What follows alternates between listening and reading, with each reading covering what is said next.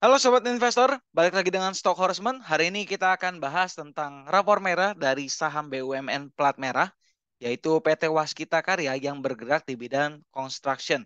Jadi Waskita ini bergerak di bidang konstruksi dan infrastruktur. Nah, beritanya baru-baru ini, direktur dari Waskita ini kena kasus korupsi dan menjadi tersangka dengan total kerugian dikutip dari berita satu itu sampai 2,5 triliun rupiah. Gak cuma itu, Waskita juga punya hutang-utang yang menumpuk. Jadi kita bisa lihat nanti utangnya berapa. Terus ada restrukturisasi obligasi juga yang mungkin amit-amit nih bisa terjadi gagal bayar. Dan juga kalau dilihat Waskita ini langganan banget untuk digugat PKPU gitu ya. Jadi secara nasib Waskita ini lagi di ujung tanduk. Nah, kita mau lihat di kesempatan kali ini apa sih domino efeknya atau efek beruntunnya pada pihak-pihak stakeholdernya seperti subkontraktor, bank, karena Waskita ini hutangnya banyak di berbagai bank. Jadi kita mau lihat domino efeknya seperti apa. Nah, kenapa saya tertarik bahas dari Waskita ini? Jadi gini, teman saya waktu itu di akhir tahun 2022, mungkin di bulan November ya, Q3 mau Q4, dia bilang, coba ambil Waskita deh. Ini ada perusahaan plat merah bagus, dia dapat kontrak yang cukup bagus dari pembangunan IKN. Nah, kalau dilihat beritanya juga memang membagongkan gitu ya. Waskita dapat nilai kontrak barunya NKB-nya hampir mencapai 6 triliun rupiah untuk pembangunan IKN sendiri. Nah, di tahun 2022 Q4 atau Desember 2022, Waskita menginfokan bahwa pendapatan nilai kontrak baru mereka mencapai 20 triliun. Ini angka yang cukup fantastis untuk Waskita sendiri. Tapi kita bisa lihat, per hari ini saham Waskita tuh terkoreksinya dalam banget. Jadi per hari ini koreksinya dalam banget. Apalagi kalau teman-teman coba di Instagram gitu ya, tulis Waskita atau WSKT, kasih hashtag. Nah, teman-teman akan lihat bahwa dari sekian banyak yang gambar yang tampil, itu sekitar 80% ya isinya berita negatif Waskita semua. Seperti ini nih. Ada 94.000 investor retail Waskita Karya gigit jari, saham kena suspensi. Utang Waskita di Bank BNI, BMRI, BRI, BRIS, BBTN sampai 29,3 T. 5 fakta dan kondisi Waskita yang dirumorkan disuntik mati dari CNBC itu. Terus Waskita Karya terkena suspensi, jadi tersangka korupsi. Di Rut Waskita Karya ditahan Kejagung. Nah, ini yang saya bilang potensi kerugiannya sampai 2,5 triliun. Nah, ini. Jadi banyak banget dari Waskita yang nggak mencerminkan dari namanya. Kenapa saya bilang nggak mencerminkan dari namanya? Kalau sobat investor tahu, Waskita tuh artinya Waskita tuh berasal dari bahasa Jawa, artinya tuh tajam mata batinnya. Dapat mengetahui hal-hal yang telah maupun akan terjadi. Cerdas, bijaksana, hati-hati dalam berbicara, bertindak, dan mengambil keputusan. Tapi tidak tercermin dalam kinerjanya. Ini saya bukan edisi roasting Waskita ya. Saya hanya mengutarakan kinerja yang sesungguhnya terjadi. Jadi pelajaran pertama. Kalau kita sebagai investor, jangan pernah beli saham hanya berdasarkan isu tanpa melihat dari laporan keuangannya. Kadang-kadang isu yang seolah-olah baik ini diucapkan oleh pihak influencer narasumber yang seolah-olah terpercaya dan trusted. Jangan modal percaya aja di saham tuh nggak bisa. Kita harus cek lagi di laporan keuangannya kayak gimana gitu. Jadi kita cek dulu kinerjanya, historinya gimana, pembayaran ke suppliernya gimana. Kita cek juga apakah perusahaan ini direkturnya langganan masuk KPK atau enggak, perbuatan bisnisnya gimana, pernah masuk pengadilan karena one prestasi atau enggak. Nah, itu yang harus kita lihat. Gini deh, kalau kita bisa berpositif thinking terhadap satu emiten, coba kebalikannya. Di sini pikiran negatif boleh. Artinya gini, kita cari dulu hal-hal negatif tentang perusahaan ini gimana. Kalau bisa kita posisikan diri dalam kompetitornya juga. Jadi kita lihat hal negatifnya gimana, kita cari apakah benar terjadi atau enggak, baru kita putusin mau beli atau enggak dengan resiko yang sudah kita tahu. Gitu. Jangan sampai kita cuma percaya telan mentah-mentah akhirnya ya sahamnya jadi mentah juga nggak matang-matang gitu harganya. Kalau kita lihat emiten konstruksi plat merah rata-rata secara year to date ini minus. IDX infrastruktur sendiri, jadi gabungan saham-saham infrastruktur itu minus 5,98%. Weton sendiri, Waskita Beton koreksi 17,10%, ADI 19%, PT PP 20% dan Waskita paling dalam 44,51%. Dan saat ini sahamnya sedang di suspensi. Nah, ini dari efek dari waskita yang direkturnya kena KPK, terus perusahaannya juga laporan keuangan Q1 kemarin rugi hampir 400 miliar, di tahun sebelumnya ruginya sampai 2 triliun. Jadi kita bisa cek dari performance-nya waskita ini sebenarnya sedang tidak bagus. Makanya ada Menteri Perdagangan Erick Thohir memutuskan apakah sebaiknya waskita digabung atau enggak. Itu apakah disuntik mati atau jangan. Daripada jadi sarang koruptor gitu kan. Nah, buat yang udah nyemplung gimana? Ya sabar-sabar lah. Kalau ada kesempatan cut loss, cut loss. Jangan karena kita udah terlanjur gini ya. Banyak orang kebalik. Untung dikit mau cepet-cepet jual. Giliran dalam, giliran koreksi dipegang terus. Kebalik. Saham yang bagus kalau untung ya kita pegang. Saham yang jelek ya kita jual. Jangan yang saham yang jelek kita pegang, yang untung kita jual. Kadang-kadang suka kebalik, tapi ya itulah serunya investasi. Oke, kita mau lihat dari laporan keuangan dari Waskita itu sendiri. Nah, ini dari laporan keuangan Q1 tahun 2023. Jadi masih fresh, diterbitkan April kemarin kalau nggak salah tanggal 28. Jadi kalau teman-teman belajar akuntansi dasar, aset sama dengan liabilitas plus ekuitas. Asetnya Waskita ini gede, 98 triliun. Tapi ingat, aset ini ada dua variabel, satu liabilitas kewajibannya, satu ekuitasnya.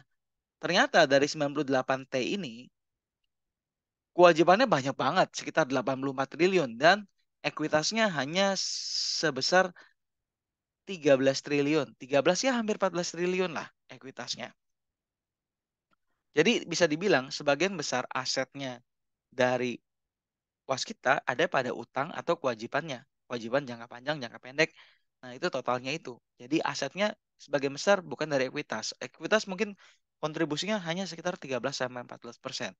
Kita lihat kemampuan dia mencetak labanya seperti apa. Income statement-nya seperti apa. Nah, kalau kita lihat, laba brutonya 400 M. Tapi rugi periode berjalannya 395 miliar. Jadi perusahaannya ini masih rugi. Kalau kita lihat di awal-awal ya, di penjelasan awal tuh hutang di banknya aja sampai 29T. Ini penghasilannya aja rugi 395 miliar. Pertanyaannya, kalau kita jadi bank pasti kita was-was ini perusahaan mampu bayar atau enggak gitu kan. Kita coba mau lihat deh utangnya di mana-mana aja. Utang jangka pendeknya poin 23. Oke, kita coba cek ya. 21, 22, 23. Dari Bank DKI punya 671 M utangnya. Bank Jabar 100 M. BPR 30 M sama Bank Jabar juga 1,9 M. Oke. Jadi dari Bank DKI dia dapat eh, restruktur sebesar 684 M dan hampir 15 M. Ini suku bunganya gede nih. Nah, teman-teman lihat. Kalau satu bank kasih suku bunga besar, artinya resiko di perusahaan itu besar.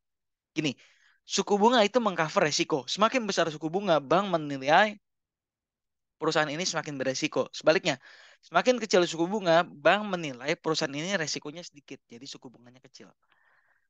Oke, ini 9,5%. Pembatasan hak atas agunan dijaminkan kepada pihak lain. Oke. Ini kita lihat nih, 85% akan menjadi instrumen mandatory convertible bond. Jadi convertible bond. Nah, Bank Jabar juga 100 M dijamin dengan deposito ditahan. Jadi Bank Jabar ya cukup aman nih. Kenapa dia kasih bunga rendah 1,75% per tahun? Karena ada deposito yang ditahan. Cash collateral kalau bahasa kerennya. Dia ada cash collateral sebesar 100 M. Oke, gimana dengan hutang jangka panjangnya dia? Coba kita lihat hutang jangka panjangnya dia. Nah, hutang jangka panjang. Ada dari, wah ini sedap-sedap nih. BNI 7,5 T, Mandiri 4,5 T. Ini baru sama perusahaannya doang ya. Ini ada BRI 2,6 T, Bank Syariah 2 T. Ini Bank Mandiri, BRI, BNI ada lagi nih. Totalnya sampai hampir 4,8 T gitu ya. Dari sindikasi modal kerja atau working capital.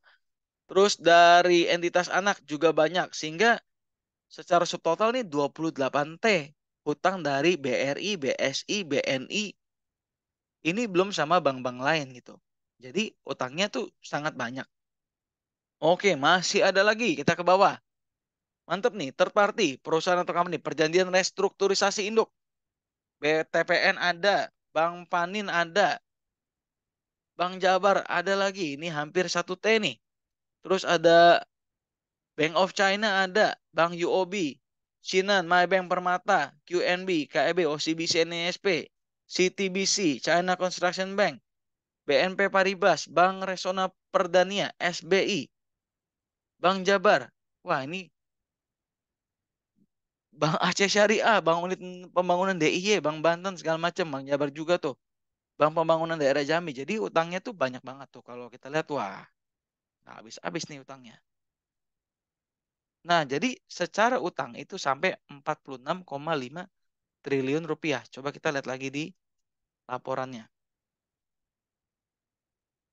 Nih, utang bank jangka pendeknya 600 sama di sini ada 300. Totalnya sekitar 1T. Belum di jangka panjangnya. Jangka panjangnya sendiri udah 46,4. 46,4 T. Buset, ini banyak banget utangnya dia. Jadi, sobat investor, dari penjelasan ini kita dapat belajar banyak hal tentang membeli saham. Apa sih yang kita pelajari? Adalah ini. Pertama, jangan memilih saham karena hanya dengan embel-embel ini saham punya pemerintah. Pasti dong pemerintah nggak mau investornya rugi. Belum tentu. Kalau saham punya pemerintah, ingat, kepentingan pemerintah pasti diutamakan. Investor nomor sekian. Nah, ini jangan memilih saham karena punya pemerintah atau BUMN atau rumor prospeknya tanpa melihat fundamentalnya. Wah, itu udah salah total. Kalau nggak lihat fundamental, kita aja lihat tadi Bank DKI kasih bunga 9,5%. Itu kalau JIBOR, Jakarta Interbank Overrate, itu paling rendah di 6,4, paling tinggi di 7%. Artinya, ini resikonya tinggi, makanya bank itu kasih bunga yang gede. Yang kedua, lihat apakah manajemen menerapkan GCG, Good Corporate Governance. Apakah jujur, punya integritas, dan bekerja dengan sungguh-sungguh. Ya, kalau integritas dari direksinya, direkturnya sih yang ketangkap KPK, ini direktur yang ketangkap KPK ya, bukan direktur yang lain. Yang ketangkap KPK ya jelas nggak punya integritas. Kalau korupsinya sampai diperkirakan potensi 2,5 T itu nggak ada integritasnya. Warren Buffett tuh pernah bilang, kita kalau dalam memilih partner bisnis atau memilih karyawan harus cari yang pintar, yang kedua energik, yang ketiga punya integritas. Kalau poin ketiga nggak terpenuhi, nggak usah bekerja sama sama orang itu. Kita nggak bisa mengharapkan kerjasama yang bagus dengan orang yang berkualitas buruk. Yang ketiga, ayolah ini kan uang yang kita investasiin. Ambil waktu untuk analisa secara pribadi setiap saham. Cari dulu berita negatifnya. Ada nggak? Valid nggak beritanya? Apakah dampak berita itu bagi perusahaan itu seperti apa? Baru setelah kita lihat berita negatifnya dulu, kita pertimbangin nih. Dari sisi positifnya ini. Mau beli nggak? Jangan kita dengar yang positif, pas beli, nah baru tahu ada berita negatifnya. Itu salah. Jadi kalau pilihan bagi investor yang sekarang ya, pertama cut loss. Kalau bisa cut loss, dua ya wait and see. Tunggu dulu nih, kira-kira progresnya gimana. Karena kalau untuk trading, menurut saya even untuk trading pun terlalu beresiko dengan kondisi pasar atau kondisi saham maksud saya yang sedang disesuaikan ini. Kondisi emiten yang nggak bagus secara kinerja keuangannya. Oke, jadi itu aja dari Stock Horseman. Semoga rekan-rekan investor bisa dengan bijak memilih setiap saham dan bisa melihat gitu potensinya sejauh apa. Jangan lupa fundamental itu cukup penting untuk melihat perusahaan yang sedang kita pilih ini punya kompetensi yang baik untuk mencapai harapan kita atau enggak. Sampai ketemu di emiten selanjutnya.